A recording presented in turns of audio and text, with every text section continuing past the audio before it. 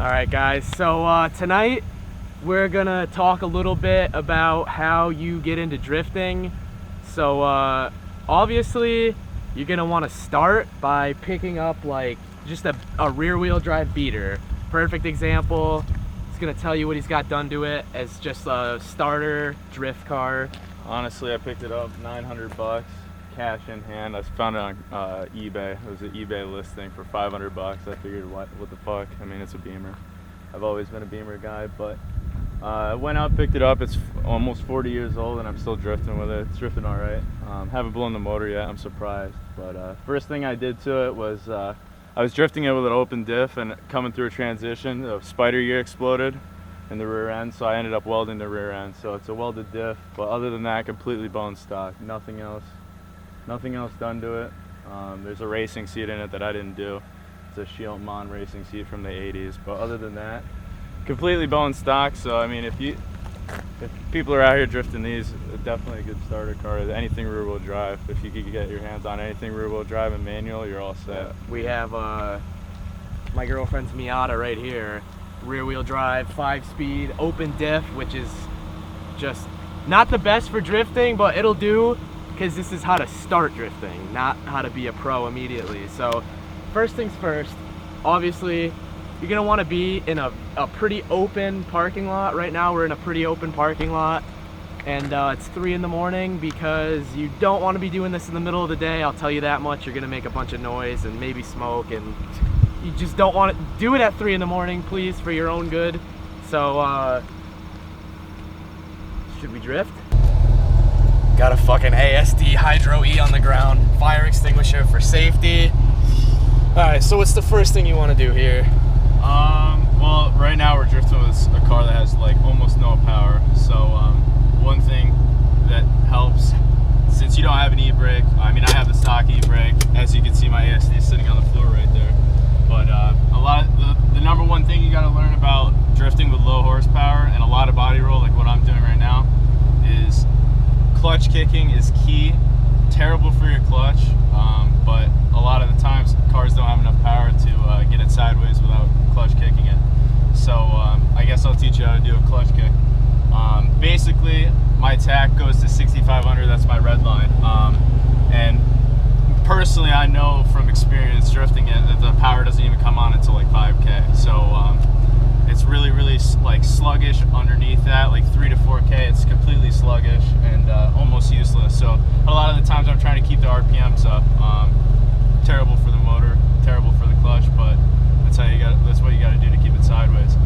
So like I said, the number one thing you guys got to remember is it's bad for the clutch, but if you do it the right way, I mean, it's not horrible. I mean, if you want to be drifting, then you got to be willing to ruin the car. Because I mean, you're pushing the car's limits as far as tires, clutch, engine wear, everything like that. So like I said, a lot of body roll, because completely stock suspension, everything like that, 100% stock. So with a 70s car, it's a 1977. It's only got a 6-cylinder, 3-liter. So a lot of body roll, not a lot of power. So like I said, you guys want to rev it up to about 6K and then dump the clutch as soon as possible. But make sure you're ready to get it sideways after that. So with the rain, I mean, it rained probably, what, 2 hours ago? Yeah, it's a little wet, but it's drying. So yeah, it's drying. I mean, there's no big, huge wet puddles or anything like that. So I guess I'll get it started right here. So right here,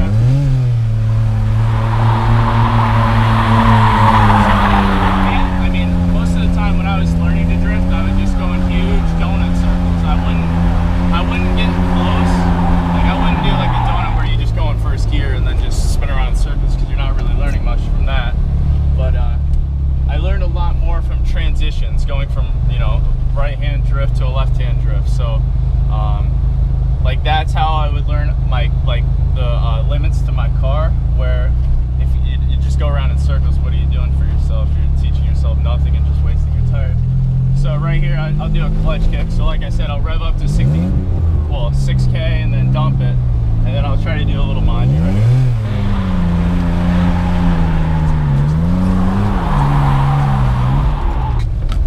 And now, what I did wrong there was I didn't anticipate counter steering quick enough. So that's why I ended up spinning out. So I guess that's something you learn along the line of when you need to counter steer depending on your car and depending on when you're drifting and it's wet out. A lot of the times it's easier to learn when it's wet out, but a lot of the times it sometimes screws you up because you end up understeering. So it's a little bit different. But so I'm in second gear. And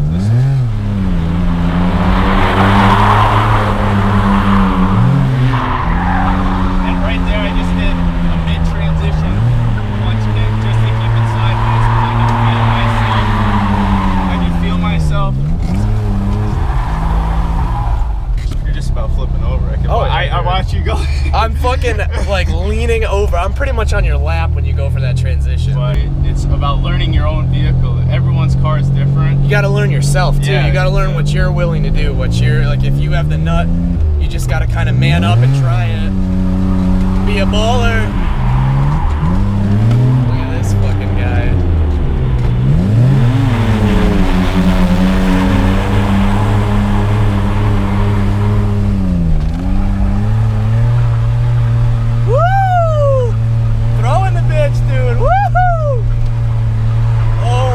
Goodness gracious.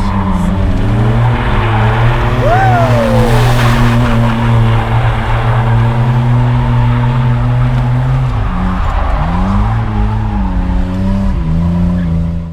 Yeah, that's why the parking lot is perfect though. You don't have to worry about it. You don't have to worry about hitting anything. You could go, just go and practice sliding.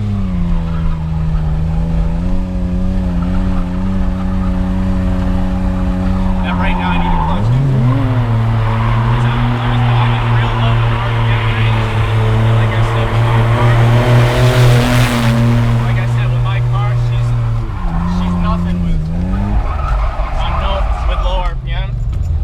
Really bad, no horsepower whatsoever. She likes being up high, but I don't know, man. What else am I missing? I mean, I think that's it for a beginner lesson. Yeah, clutch kicking is key. I mean, like I said, you just got to keep it in the power band. Learning when to clutch kick. Yeah, learning when to clutch kick, keeping the engine in. You just got to keep the engine in a usable power range. See how many times clutch kick to keep this second gear going. She's got no power. You fucking hold this sideways as shit though. Woo!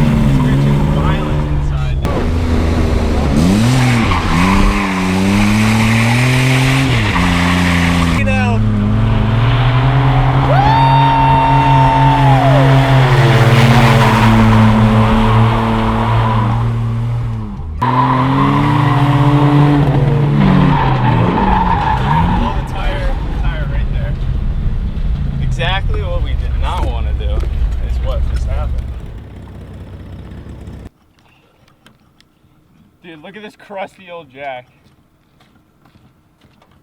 This jack's from 1977. She works though. Alright guys, so pretty much in conclusion, if you want to get into drifting, there's how to do it. Just A, buy yourself a beater. 2, be ready to break it. As you can clearly see, like, this is not for the faint of heart. You're gonna ruin your car from drifting, flat out. There's no way around it. Best drift cars in the world, they still break. 3, you really want to have a nice open area at very late at night because you don't want anyone at all. Like, you don't want any public, you don't want people driving by, you don't want cars in the parking lot. You just want to play it as safe as possible. You want to have a fire extinguisher on you, you know, just in case shit hits the fan. You want to be ready. Like, come prepared. As you can see, we got a jack, we got tools, we got a spare tire. Be ready for anything. And most importantly, honestly, have fun. That's what drifting's all about. That's why I got into drifting. That's why he got into drifting. Honestly, it's the funnest thing you can do with a car. And I have a blast every time I go out drifting, regardless of who's drifting. Like, I was just in his passenger seat. Honestly, couldn't have asked for a better night. Perfect weather conditions. Parking lot's a little slick. But yeah, that's pretty much it. Just want to thank you all for watching, and stick around for more shit like this.